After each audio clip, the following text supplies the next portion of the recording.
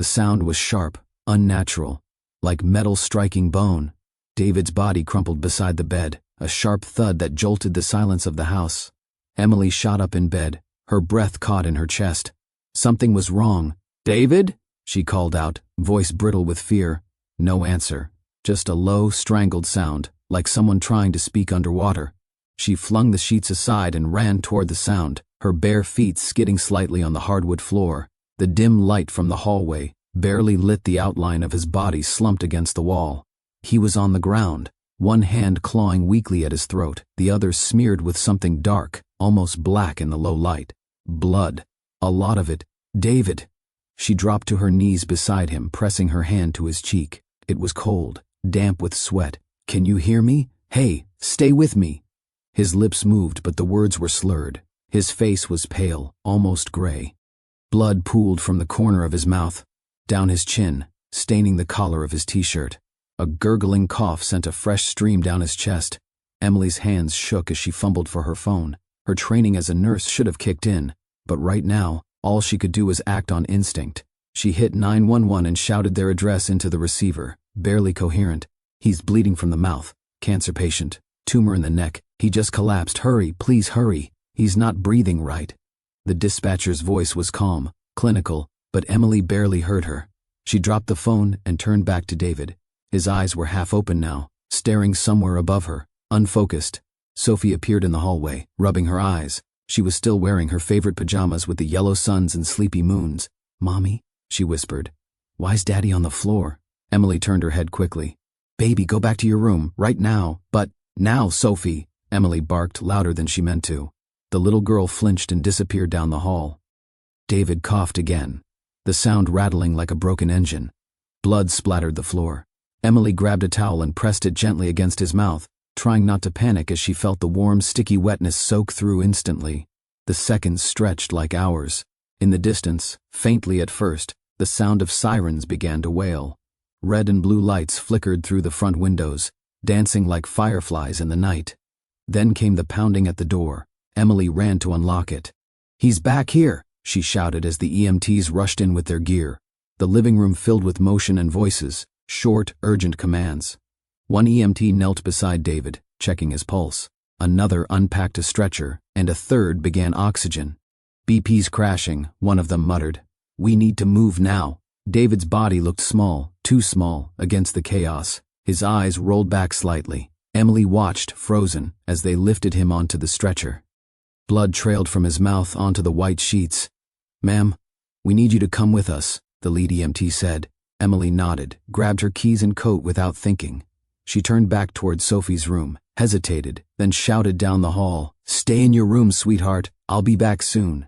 The little voice came faintly from behind the door. "Is Daddy gonna be okay?" Emily didn't answer. The hospital was white, too white, the kind of white that feels like it's hiding something. Emily sat alone in a hard plastic chair, clutching her phone in one hand and David's wedding ring in the other. She had taken it off when they wheeled him into the trauma unit. His fingers were too swollen now. Through the window, she could see 3 doctors huddled around his gurney. Monitors beeped. Nurses moved quickly, exchanging instruments and 4 bags. Inside it was worse. The tumor had ruptured, internal bleeding. The pressure had built up around his carotid artery. The oncologist, a short man with tired eyes, had said it was highly unusual but not entirely unexpected. The word terminal hadn't been said, but it hung in the air like smoke. One of the doctors came out. She was young, maybe 30, her hair tied in a tight bun under a scrub cap. "Mrs. Whitaker," she said. Emily stood. "He's stable, for now, but we need to talk." They walked down a long hallway to a consultation room. It was too quiet. Emily could hear the hum of fluorescent lights. The doctor sat across from her, hands folded. "We've managed to stop the bleeding temporarily, but the mass in his neck has grown significantly. It's pressing against his airway. That's why he collapsed." Emily nodded, numb. "There is an option," the doctor continued. "There's a new trial, very experimental. It targets the same mutation we believe is driving the tumor. It's not FDA approved and it would require immediate placement of a port. It's aggressive. And there are side effects." Emily blinked. "Side effects? Pain. Nausea. Weakness. We'd be starting from zero. Again." But it might buy him time, weeks, maybe months. We can't guarantee more than that. A knock at the door. The nurse popped her head in. "He's awake." Emily rose instantly. David was pale, eyes sunken. Oxygen prongs ran beneath his nose. His voice was little more than a whisper. "You look like hell," he croaked. "So do you," she managed to smile, brushing hair from his forehead. He tried to laugh. Failed. "I blacked out, didn't I? You scared Sophie half to death." His face twisted. "Damn it, don't," Emily said gently. "She's okay." He didn't respond, just stared at the ceiling. "They want to try a new drug," she offered. His eyes turned toward her, just slightly. "Another trial?" "Yes." He closed his eyes again. "For a long time, then no." Emily's breath caught. "David, no more. You haven't even—" "I know." His voice was calm, not bitter, not afraid. "I'm tired, Em. I'm so goddamn tired." The monitor beside him beeped softly. His heartbeat, steady for now. Emily sat down beside him and took his hand. "We'll talk later," she said. David squeezed her fingers, weakly, but still there.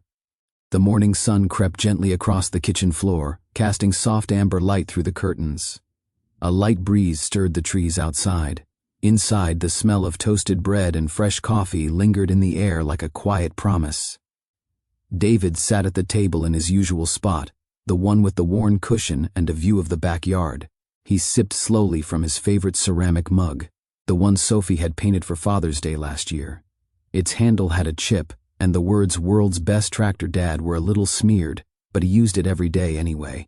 Across from him, Emily scrolled through her phone with one hand and cradled her own mug with the other. She had barely touched her coffee.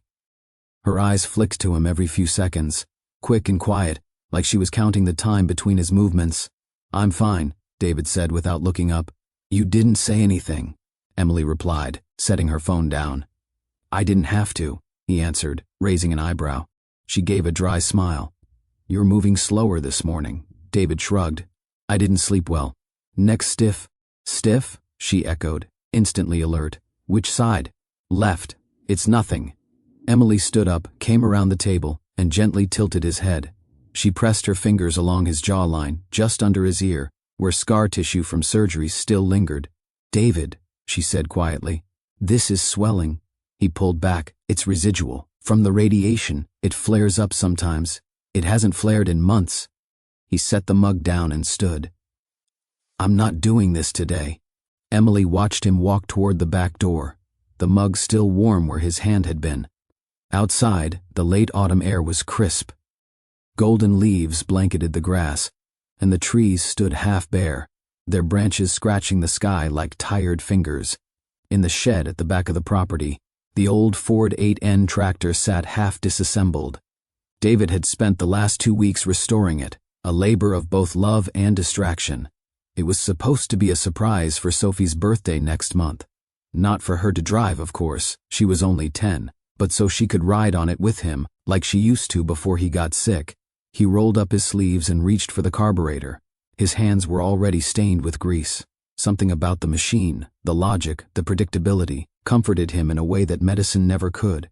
He didn't notice Sophie until she was standing just beside him, holding a sketch pad.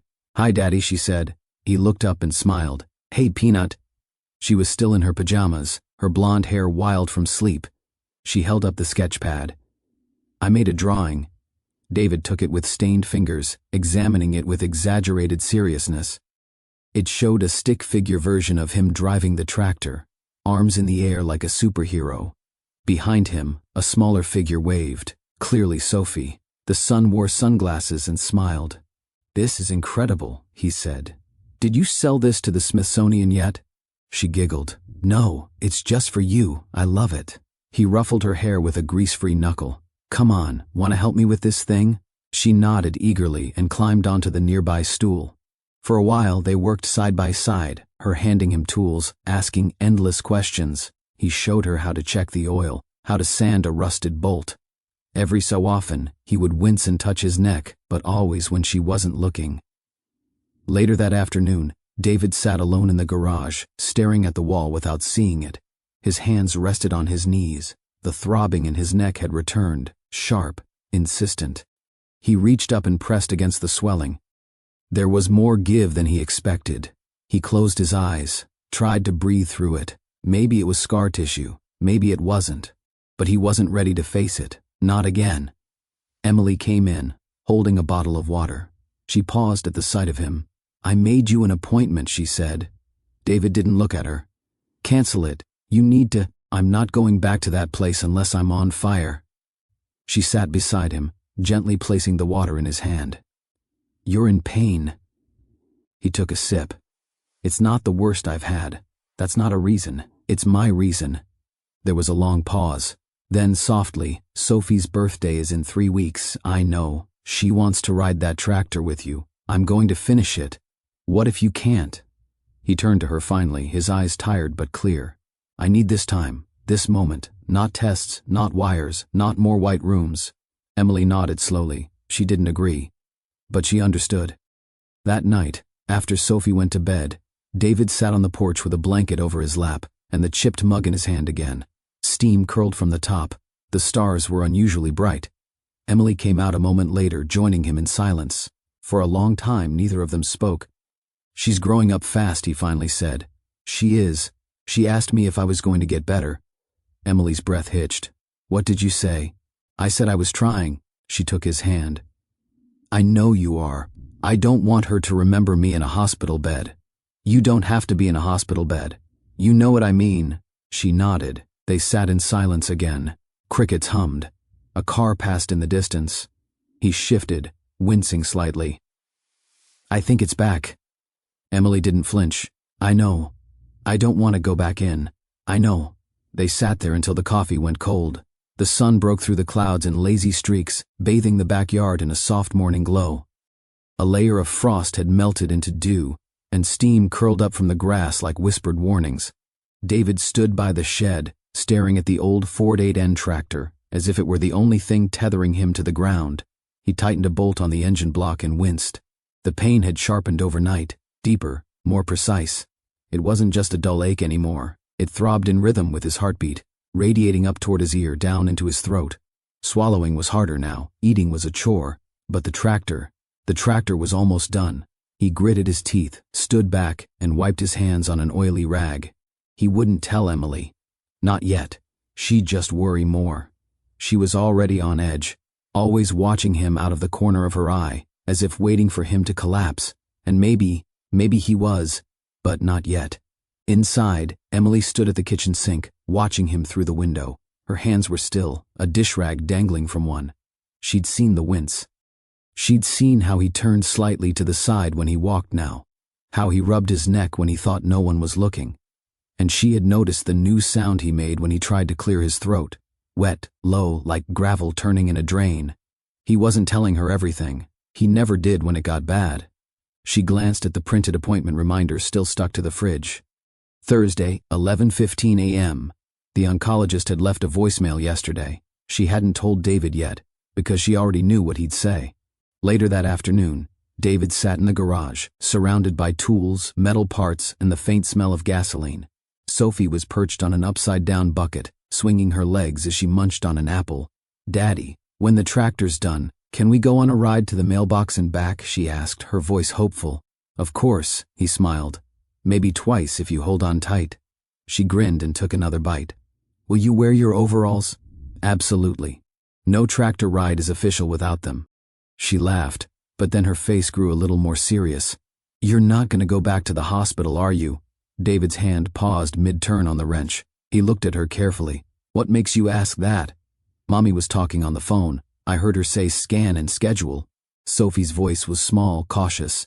David set the wrench down and leaned in. "Come here, Peanut." She scooted closer. He took her hand in his grease-streaked fingers. "Right now I'm here," he said. "I'm working on this tractor with you. That's what matters. Okay?" She nodded, her eyes wide. "Okay." He kissed the top of her head. "Besides, I can't let you drive it by yourself. You'd take off into the woods and never come back." She giggled. "Maybe just to the ice cream shop." That evening, Emily confronted him while he was brushing his teeth. The bathroom light was harsh, making the swelling on the left side of his jaw more pronounced. He turned slightly to hide it, but she had already seen. "David," she said gently, "we need to talk." He set the toothbrush down, rinsed his mouth, and turned to face her. "Not tonight," he said. "Yes, tonight. Because if not now, then when?" He sighed. "I'm tired. That's not an answer." He looked at her. The skin around her eyes was tight with worry, her voice shaking, not from anger, but from restraint. "I know it's back," she said quietly. "You know it's back." David stared at the floor. "I just need a little more time." "To do what?" "To finish things, to feel like myself again. You think ignoring it is going to make it stop?" "No," he said sharply. "I think chasing it again will." Emily took a step closer.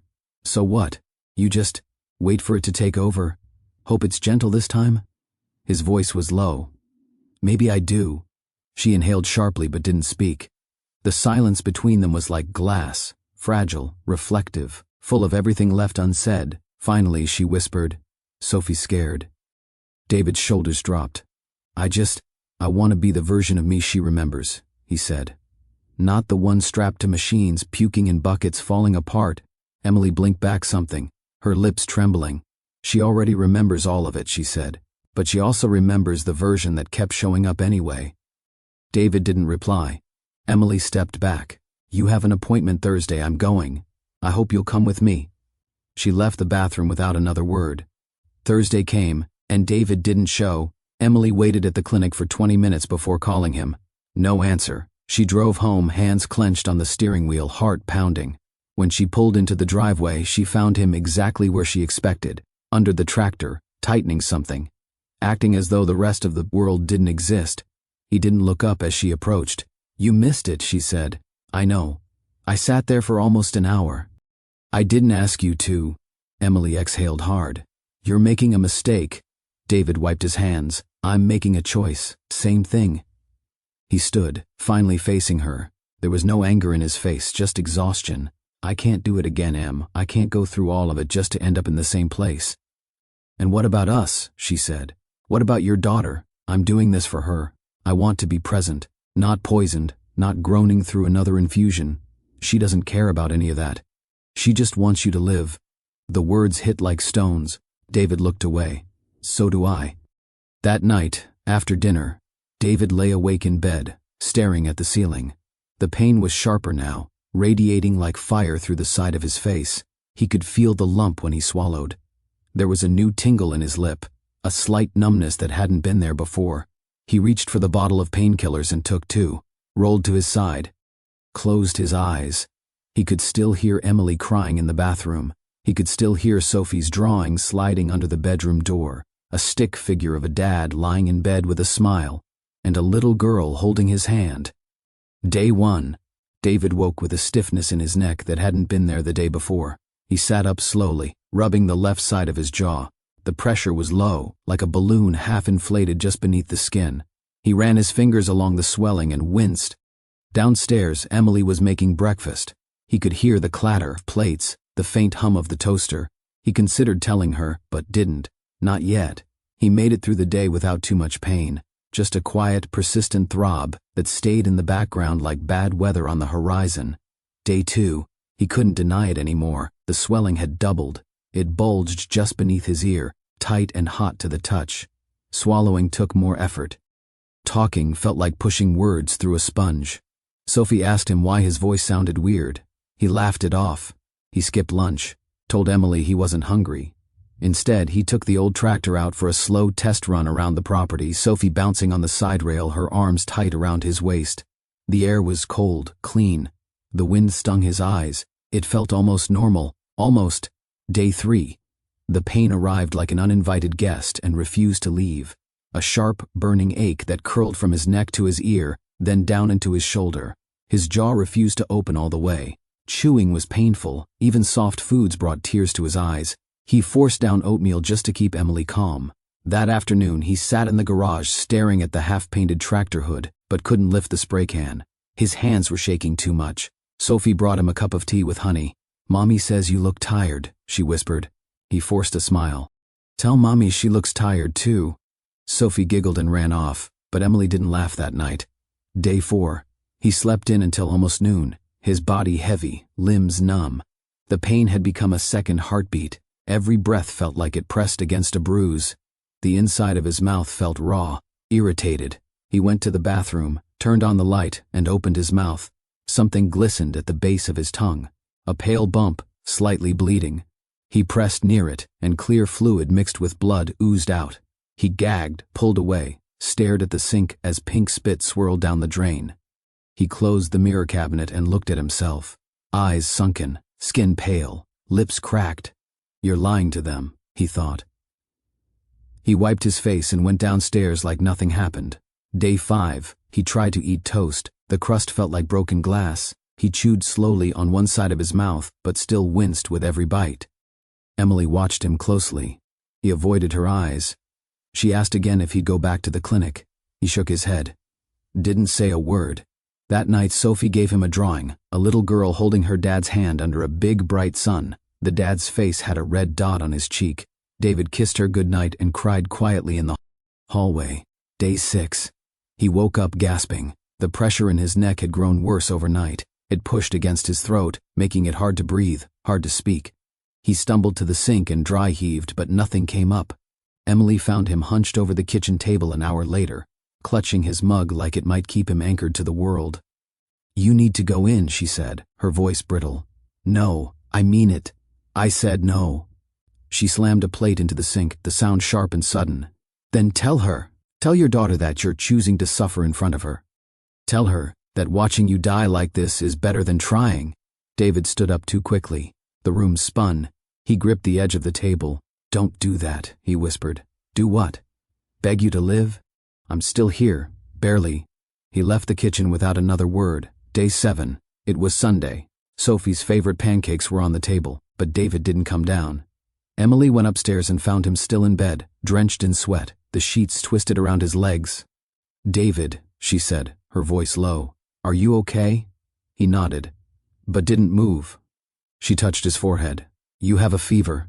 I'll be fine. You can't swallow. You haven't eaten. You've lost almost 10 pounds this week. I said I'll be fine." Emily stepped back. Her hands were trembling. "Then I'm calling the doctor." David didn't answer. That evening, David sat on the back porch wrapped in a blanket, a hot compress pressed to the side of his neck. Emily brought him a bowl of soup. He waved it off. She left it anyway. The sun dipped behind the trees. The wind rustled the dry leaves. He felt her sit beside him. "You're getting worse," she said. "I know. Do you think I don't see it? I know you do. Then why?"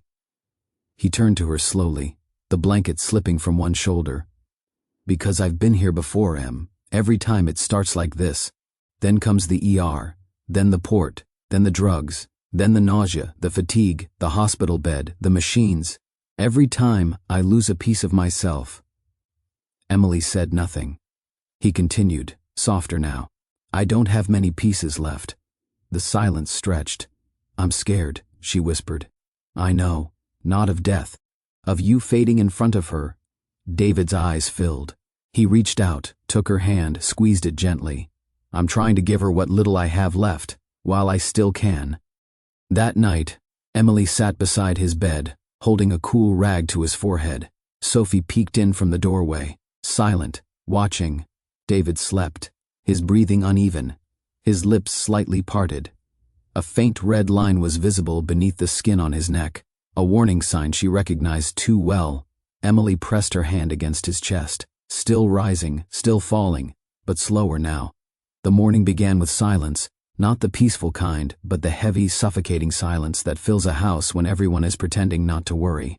Emily moved around the kitchen quietly, trying not to make noise, though every clink of a spoon felt like a hammer striking glass.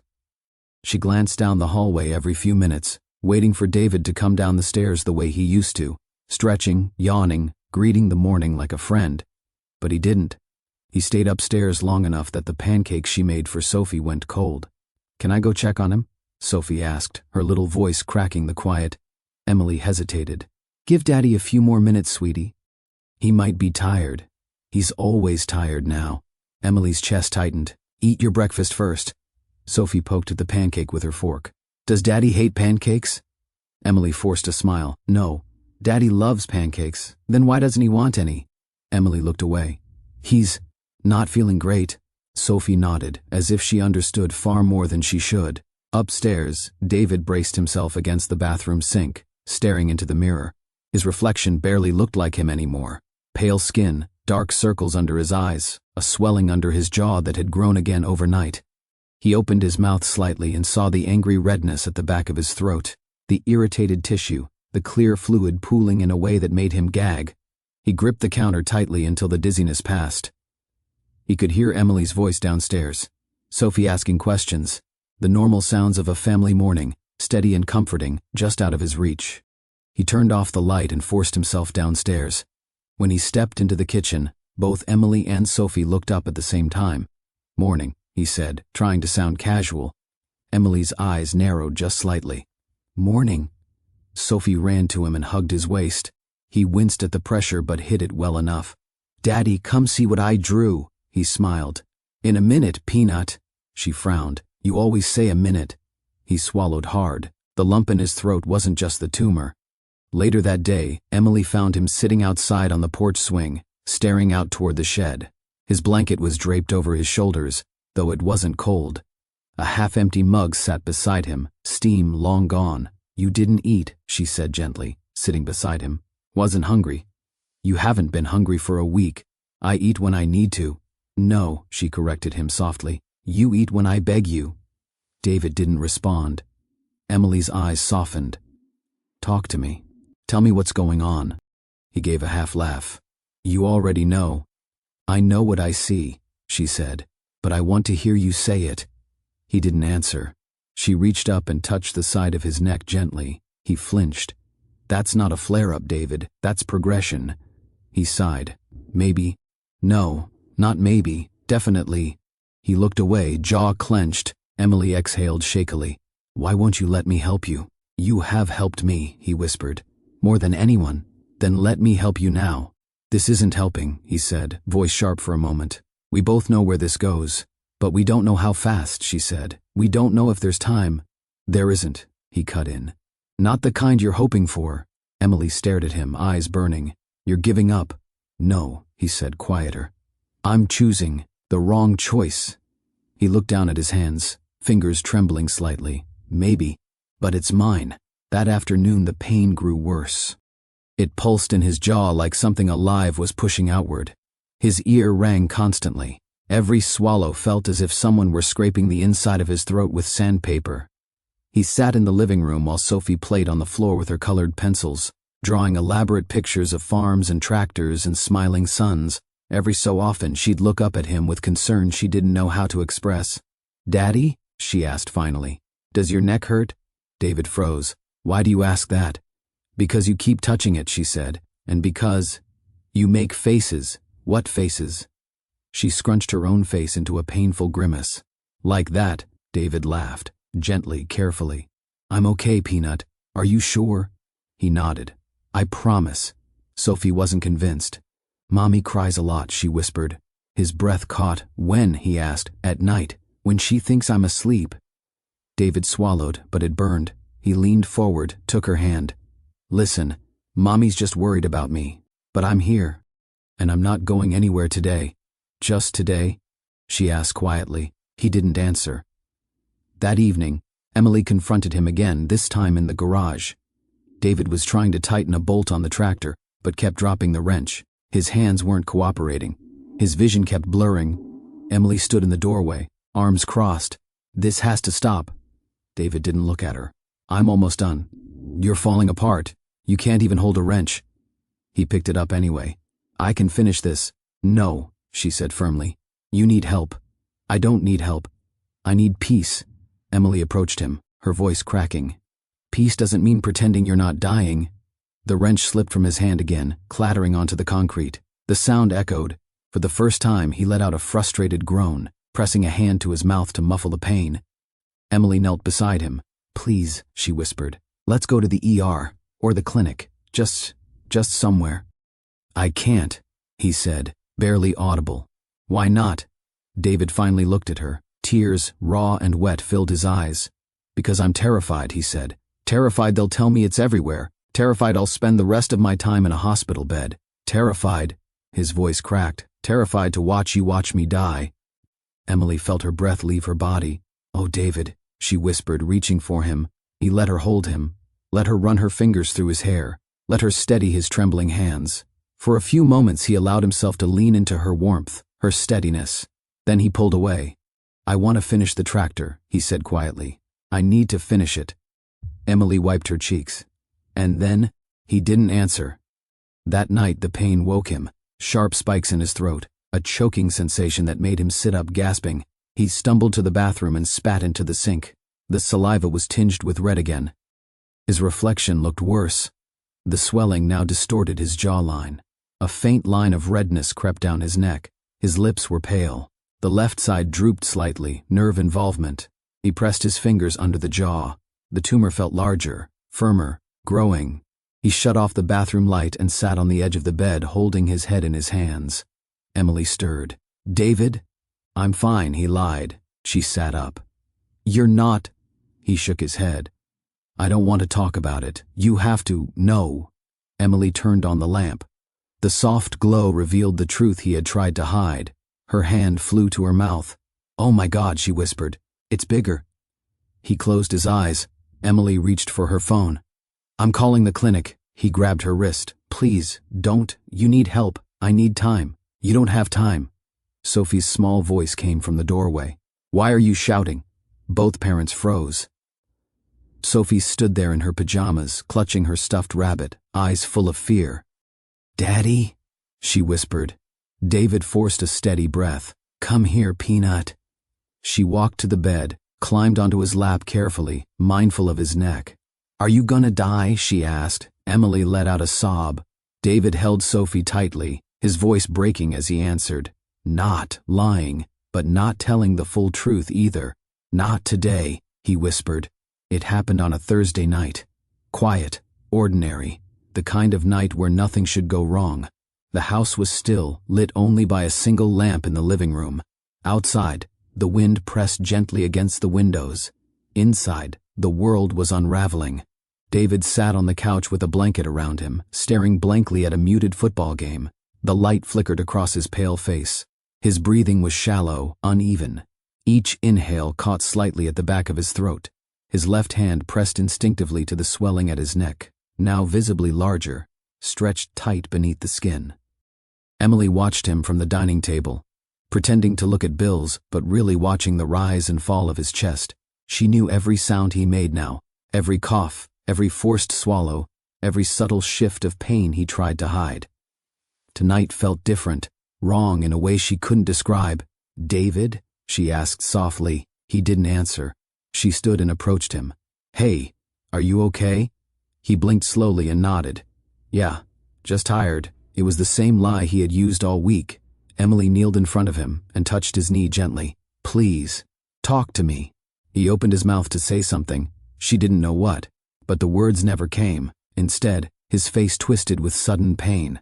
A sharp, shocking spasm ran through him, folding him forward as he clutched his throat. "David?"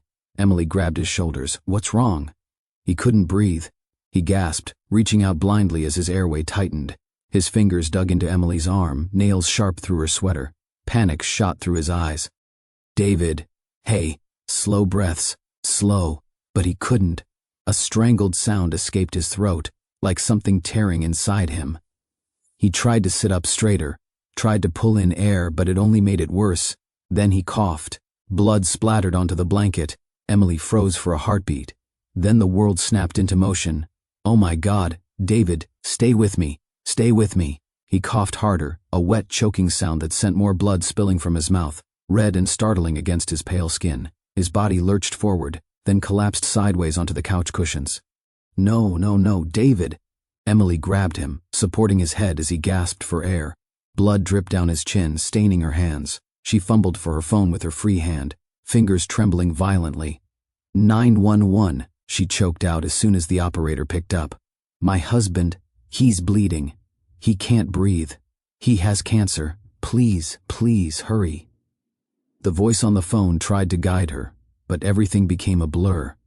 She dropped the phone on speaker and focused on David. He looked at her, eyes wide, glassy, terrified.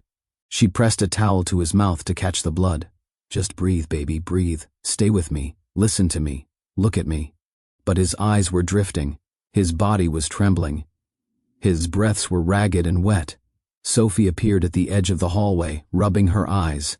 "Mommy," she whispered. Emily's heart lurched painfully. "Go back to your room. Please, Sophie, go."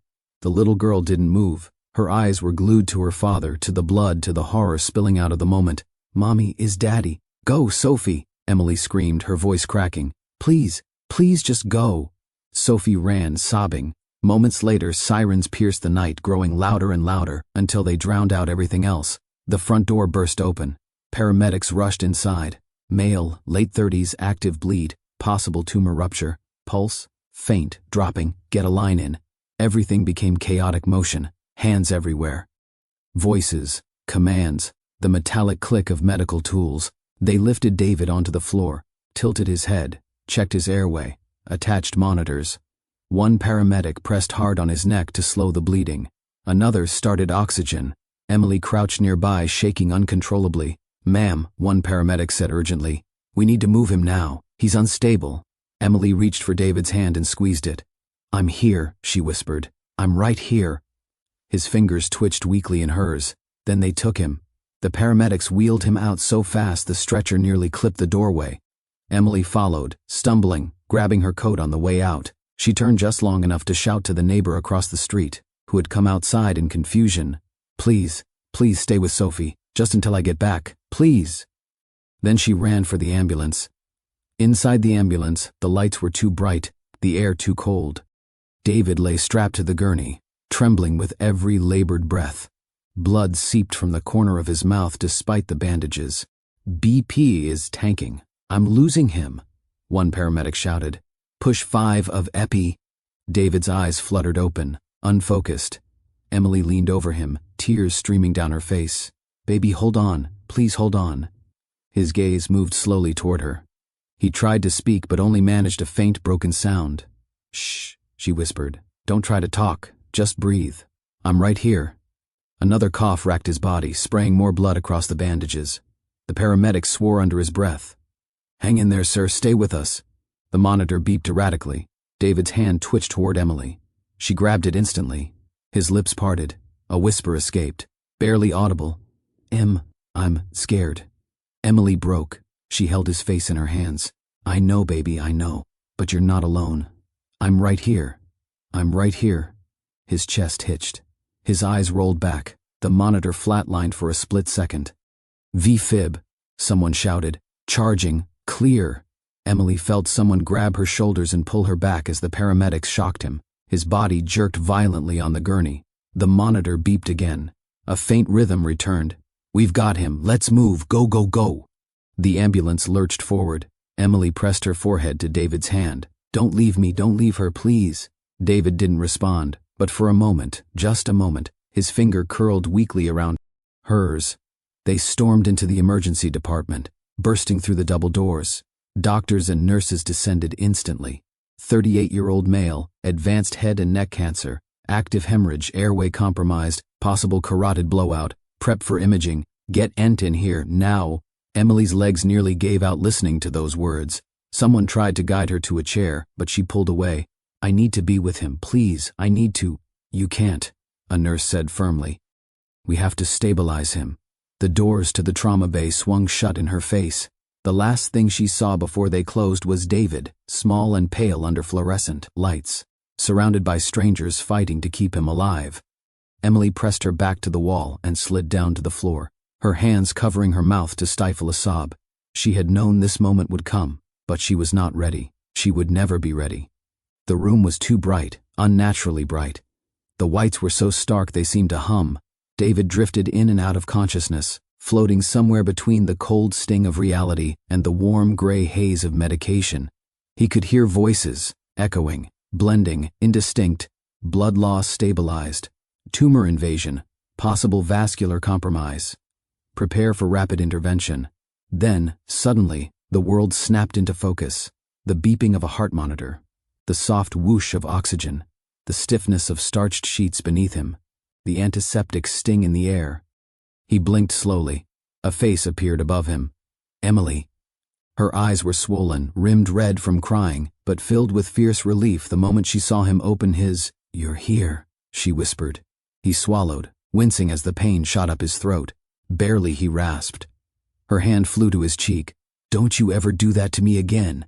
He tried to smile, but his lips trembled. "Wasn't part of the plan." Emily shook her head, breath shuddering. "You scared me. You scared all of us." David glanced around.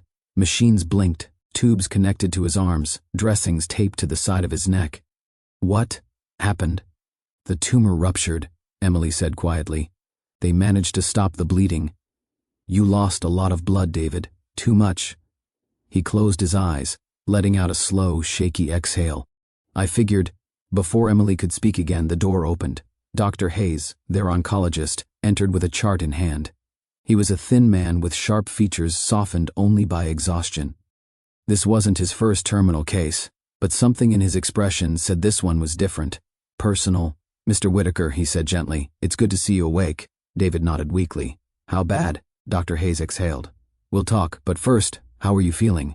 "Like I got hit by a truck," David muttered. "That's a fair comparison," the doctor replied. "Your heart rate is stable, and the bleeding has stopped for now. But the tumor is aggressive. It's infiltrating new tissue. The rupture was a warning."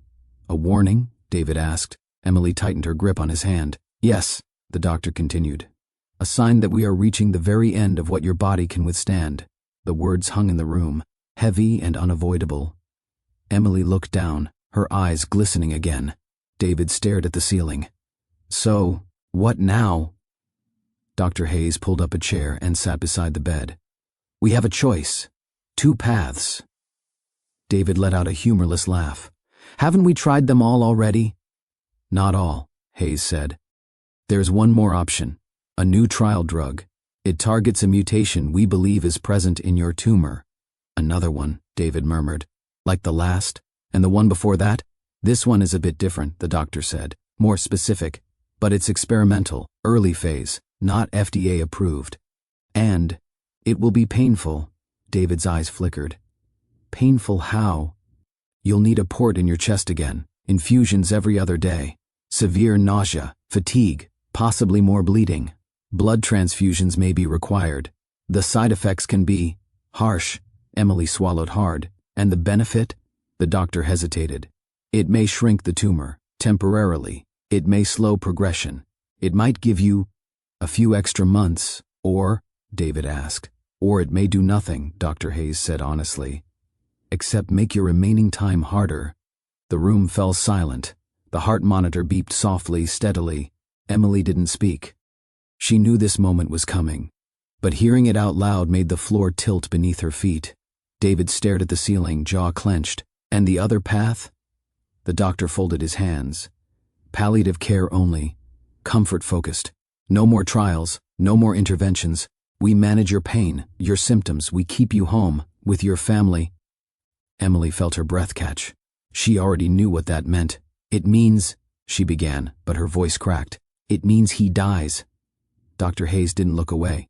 "Yes, it means he dies, but peacefully, without more suffering." The truth landed like a stone. David's throat tightened, not just from the tumor this time. He blinked several times as the reality washed over him. Emily leaned forward. "David, please, you have to think this through." "I am," he whispered. "No," she said softly. "Not just with fear, not just with pain. Think about Sophie. Think about what she needs." He closed his eyes, fighting the burn beneath him. "What she needs," he said, "is a father who isn't puking into buckets all day, who isn't too weak to hold her, too sick to lift his head." Emily grabbed his hand with both of hers. "She needs you alive." "And what good is alive?" he asked, opening his eyes. "If I'm not even me anymore?" The words pierced through her. The doctor stood. "I'll give you both some time." He left quietly, closing the door behind him. Emily rested her forehead against David's hand. She stayed like that, breathing in the scent of antiseptic and blood, and the faint smell of his skin beneath it all. Finally, David spoke, barely above a whisper. "I knew this moment would come." Emily lifted her head. "Don't do this. Don't decide now. Not when you're scared. You're not thinking clearly." He looked at her with heartbreaking tenderness. "Emily, fear isn't clouding my thinking. Fear is the only reason I made it this far." She flinched, he continued, voice trembling. I fought because I was afraid to leave you, afraid to leave her, afraid to let go of everything. But now, I'm afraid of something else. She squeezed his hand. What? I'm afraid of wasting what little time I have left, chained to a bed, hooked to machines, drowning in nausea and pain. I can't do that again. Not to me, not to you, not to her. Emily wiped her eyes with the back of her hand. Please don't make this decision alone. He shook his head slowly. I'm not. I'm making it for you, so that the time we have can be real, not miserable. She cried then, quietly, helplessly. David reached out, brushing her cheek with his shaky fingers. I love you too, she whispered. That's why I want you to stay. He exhaled, long and heavy. I am staying, but not in that hospital bed, not pumped full of poison. He looked at her, eyes glossy. I want to go home. Emily bowed her head. So, you're choosing palliative care? He nodded. I'm choosing peace. A long pause filled the room. Then Emily leaned forward, resting her forehead against his. Okay, she whispered brokenly. Okay, we'll go home. The door opened. Dr. Hayes stepped inside quietly. Have you made a decision? David turned his head. Yes, and? No more treatment. Hayes nodded slowly, respectfully. Then we'll set up palliative care, and make you as comfortable as possible. David closed his eyes. Emily held his hand. And for the first time in months, despite the fear, despite the pain, despite everything unraveling, David felt something close to relief. The drive home from the hospital felt unreal, like the kind of dream where everything looks familiar but nothing feels right. The world outside the car window moved slowly, as if time were stretching itself out of pity. David rested against the passenger seat, eyes half closed, a soft blanket draped over him. Emily drove in silence. She kept one hand on the wheel and one hand close enough to touch him if he needed her. He didn't speak, not because he didn't want to, but because every word took effort now, effort he needed to save. The sun was setting when they pulled into the driveway. The house looked the same as it always had, but as David stared at it, he felt a strange shiver. He realized this was the last place he would ever live, ever breathe, ever rest. Emily opened his door and helped him out carefully. His legs trembled beneath him. He leaned on her more than he wanted to admit. Easy, she whispered. I'm okay, he murmured. It wasn't true, but she didn't argue. The neighbor's kid rode by on a bike and waved. David lifted a hand weakly. He wondered how many more sunsets he would see. The air felt cooler tonight, thinner somehow. Inside, Sophie waited at the bottom of the stairs, clutching her stuffed rabbit to her chest. When she saw her father, she ran toward him, but stopped short when she realized how weak he looked. Hi, Peanut, David said, forcing a smile. She hesitated. Does it still hurt? He knelt slowly, painfully, and opened his arms. She rushed into them, burying her face in his shoulder. A little, he whispered, but I'm home now. Her small arms tightened around him, as if she could hold him together by sheer will. Over the next few days, the house changed, not in appearance, but in atmosphere. A hospital bed was delivered and set up in the downstairs bedroom. A nurse named Karen came by each morning, gentle and soft-spoken. She showed Emily how to manage David's medications, painkillers, sedatives, anti-anxiety pills. Only if he needs them, Karen explained. But he may need them more often as time goes on. Emily nodded, though her eyes said she already knew. David slept more. His body demanded it. Sometimes he was awake for only 2 or 3 hours a day, drifting in and out like a tide. But when he was awake, he tried so hard to be present. The first real morning he felt strong enough to sit outside, he asked Emily to help him to the porch. She wrapped a blanket around him and sat beside him, sipping coffee while he held a warm mug in both hands. You okay? She asked. Better than I deserve, he smiled. They sat like that for a long time, watching the birds hop across the yard. The simple peace of it felt heavier than words. Sophie joined him later, holding her latest drawing, a picture of the three of them holding hands under a tree. David studied it, his throat tightening. You made this? He asked. She nodded shyly. It's us. He looked again. In the drawing, he looked healthy, standing tall, smiling big. Can I keep it? He whispered. Sophie nodded. I made it for your room. He pressed it gently to his chest. It's perfect. She sat beside him, leaning against his arm. For a moment she was quiet. Daddy, yes, when you're asleep, she paused. Are you dreaming? He smiled faintly. Sometimes. What do you dream about? You, he answered softly. Mostly you. Sophie leaned into him a little more, and he wrapped his arm around her, slowly, carefully. Later that afternoon, David asked Emily to help him into the garage. She hesitated. Are you sure you should rest? I'll rest later, he said. I need to see the tractor. So she helped him walk, one slow step after another, until they reached the shed. The familiar smell of engine oil filled the air. The old Ford 8N stood in the center, half painted, half assembled, exactly as he had left it. David placed a trembling hand on the hood. Hey there, old friend. Emily watched him silently, her heart aching. He walked around it slowly, observing every detail, every piece he had worked so hard on. His fingers brushed the seat, the steering wheel, the metal frame. You almost finished it, Emily said quietly. Almost, he nodded. Not quite, you can still finish it, she said. A little at a time, David exhaled. I don't think I can. Then I'll finish it, Emily offered. He turned to her, eyebrows raised. You? Yes, she said simply. You can tell me what to do. I'll be your hands. He laughed, soft, surprised, touched. You'd do that? Of course. He swallowed hard, fighting emotion. Thank you, Emily squeezed his arm. Then she fetched a stool and pushed it close so he could sit and rest while he instructed her. They worked slowly, so slowly, but lovingly. David pointed, explained, guided. Emily tightened bolts, cleaned edges, brushed off rust. They didn't finish the tractor that day. But something else did finish settling between them, a quiet acceptance that the end was closer than ever and that they were facing it together. Days passed like that, slow, gentle, fragile. David's world grew smaller. His speech grew softer. The pain grew sharper. Sometimes he woke in the middle of the night gasping, and Emily would hold him until he fell asleep again. Sometimes, Sophie would sneak into his room, curl up beside him, and fall asleep with her head on his shoulder. He cherished those moments more than anything. On one particularly calm morning, David asked Emily to bring him an old digital recorder. She looked confused but found it deep in a drawer. What's this for? She asked. I want to make something, he said. He waited until she left the room, then clicked the red button. His voice trembled but remained steady enough. Hey Peanut, he began.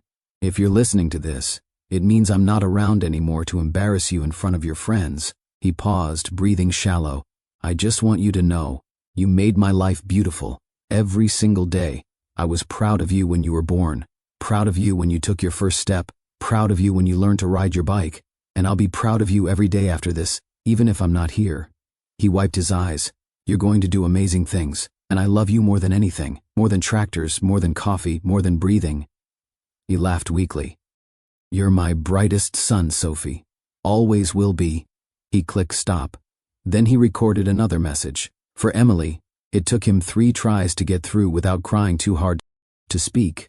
That afternoon, he walked, slowly, painfully, back to the porch. He watched the wind move through the trees. He watched the neighbor's dog chase a squirrel. He listened to Sophie laugh in the backyard as she played with chalk. Every sound mattered. Every breath felt meaningful. Emily joined him, placing a fresh cup of tea in his hands. He looked at her for a long moment. What? She asked, smiling softly. Nothing, he whispered. Just, thank you. For everything. She leaned her head on his shoulder. I'd do it all again. He kissed the top of her head. I know, for a long time they sat like that. Quiet, peaceful, holding on to the moment. David closed his eyes. His breathing slowed, soft and steady. He wasn't gone yet, but he was drifting, not suffering, not fighting, just drifting. And for the first time in a long time, he wasn't afraid. Morning came quietly, like it didn't want to disturb anything inside the house. A pale blue light filtered through the curtains, soft and cool. Outside, the world seemed unusually still. Even the birds hesitated before singing. Emily woke before the alarm. She had barely slept. She lay still for a moment, listening the way she did every morning now, listening for the rhythm of breath in the room across the hall. But today, she heard nothing. Her heart seized. She slipped out of bed, feet trembling as they touched the cold floor. She walked through the hallway, The door to the downstairs bedroom slightly ajar, the faint smell of lavender from the diffuser. The blankets neatly folded at the edge. She pushed the door open. David lay still beneath the covers, his face turned slightly toward the window, where the morning light painted soft lines across his cheek. His lips were parted, but no breath moved through. Emily stepped closer. Her knees buckled, but she held herself up by gripping the side of the bed. "David?" she whispered. No response. Her hand trembled as she reached out, touching the back of his hand. It was cool, peaceful, still. She sank to her knees beside the bed, her forehead pressed to their intertwined fingers, as her shoulders shook in silent sobs. She tried to speak, to say his name, or beg him to wake up, or tell him she loved him one last time, but nothing came.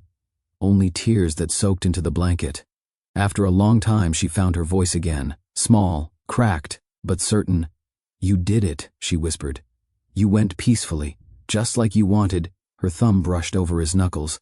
"And we're okay, David. I promise." She stayed with him, minutes, hours, she couldn't tell. Time felt suspended, like the world had paused just to give her this moment. Finally, she stood, wiped her face, and kissed him gently on the forehead.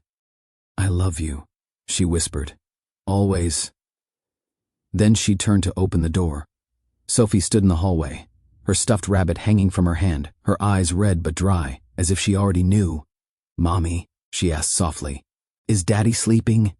Emily knelt and opened her arms. Sophie walked into them slowly, quietly, her small fingers twisting into her mother's shirt.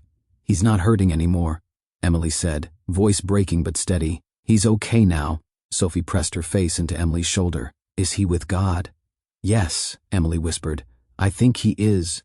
They stayed like that for a long time, holding each other, breathing each other in, two pieces of a whole, missing the third but learning to stand anyway. 3 days later, neighbors filled the house with casseroles, cards, and quiet condolences. People hugged them softly, carefully. Everyone spoke with that hushed, reverent tone reserved for sacred loss. But Sophie kept close to Emily, never straying far. And Emily, though exhausted, though grieving in every bone, remained steady for her daughter. On the 4th day, when the crowds lessened and the house grew quiet again, Emily found something on the kitchen table, an old digital recorder. She stared at it. Then she picked it up and pressed play. David's voice crackled through the speaker, soft and trembling but unmistakably him. "Hey, Peanut. If you're listening to this, it means I'm not around anymore to embarrass you in front of your friends." Emily's breath caught. Sophie looked up at her. "Mommy, what is it?" Emily lifted Sophie onto her lap and held the recorder between them. "It's from Daddy," she said gently. "He made it for you." Sophie's eyes widened. "For me?" Emily nodded and pressed play again. They listened, Sophie holding her breath, Emily holding her daughter. David's words filled the room like sunlight, warm, imperfect, deeply loving. "You're going to do amazing things, and I love you more than anything. More than tractors, more than coffee, more than breathing." Sophie pressed the recorder to her chest when it ended. "Can I listen again?" "As many times as you want," Emily whispered. A week later, Emily returned to the garage. Dust had settled gently on the tractor, the scent of metal and oil hung in the air. The tools lay exactly where David left them. She approached the old Ford 8N and ran her fingertips along the hood. "All right," she whispered. "Let's finish what you started." She opened the notebook where David had listed everything still needed, each page filled with scribbles, drawings, arrows, little notes he'd written to himself. "Repaint fender. Check wiring on left headlamp. Ask Emily to hand me the socket wrench. She's better at finding it than I am." That one made her smile. She rolled up her sleeves and began. For 2 weeks, she worked every afternoon, while Sophie played nearby with chalk or bubbles or her sketch pad. Emily sanded rust, tightened bolts, replaced filters, and painted over scratches. She watched YouTube tutorials when she didn't understand something. She called the neighbor for help when a bolt wouldn't budge. ND slowly, painfully, lovingly, the tractor became whole again. Brr. Knee afternoon, Sophie ran into the garage holding a drawing. "It's done," she declared proudly. "Brr." Millie turned. "What is brr?" "The picture." Sophie held it up. A picture of Emily driving the tractor, with Sophie sitting behind her, David drawn in the clouds above them like a smiling sun. Brr. Millie felt tears sting her eyes. "We should take a ride," Sophie said. Burr. Millie hesitated, looking at the tractor, then at her daughter Burr. Okay, she whispered. He lifted Sophie onto the seat beside her, just like David had planned. She turned the key. The engine sputtered once, twice. Burr. Hen roared to life. Burr. Ophi clapped. Mommy, it works. Daddy would be so happy. Millie nodded, her throat tight. He would. She drove them slowly around the property. The same path David had taken with Sophie so many times. The wind tugged at their hair. The afternoon sun stretched warm across their faces. Halfway around the yard, Sophie leaned against her and whispered, I miss him. Emily tightened her arm around her daughter. Me too, she said softly. But he's here, you know, Sophie added. Like, all around. Emily smiled, tears slipping down her cheeks. Yes, sweetheart. He is. They completed the loop and parked by the shed. Sophie hopped down and twirled in the grass. Emily touched the tractor's steering wheel one last time. Thank you, she whispered, for the memories, for the strength, for the love he left behind. That night, after Sophie went to bed, Emily stepped onto the back porch with a mug of tea. The stars were bright, scattered like diamonds across velvet. The night air was cool, quiet, gentle. She looked up. David, she murmured. I hope you can see us. She closed her eyes. I hope we're making you proud. She breathed in deeply. The scent of grass, the faint aroma of oil from the shed, the cool sweetness of night. Then she exhaled. For the first time since he died, the breath didn't hurt. Inside, the digital recorder sat on the table. Emily picked it up and pressed play, this time on her message. David's voice, soft and shaking, filled the room. Em, if you're listening, thank you. For giving me more love than I knew what to do with. For being my strength, for being my home. Take care of Sophie, take care of yourself, and please, don't forget to live, really live. For both of us. Emily pressed the recorder to her heart, tears falling silently. I will, she whispered. I promise. David's last days taught Emily something she hadn't known how to name before. Life is not measured in years. It's measured in moments, in laughter, in shared coffee, in the quiet mornings on a porch swing, in holding someone's hand when they need it most, in choosing love, even when everything hurts. He didn't die fighting. He died choosing peace, choosing presence, choosing to leave a legacy not of fear, but of love so full it overflowed into the people who remained. And in that choice, he taught them the most important lesson. If something feels wrong, don't ignore it. If something hurts, don't wait. If life gives you warning signs, listen, and above all else, love fiercely while you can.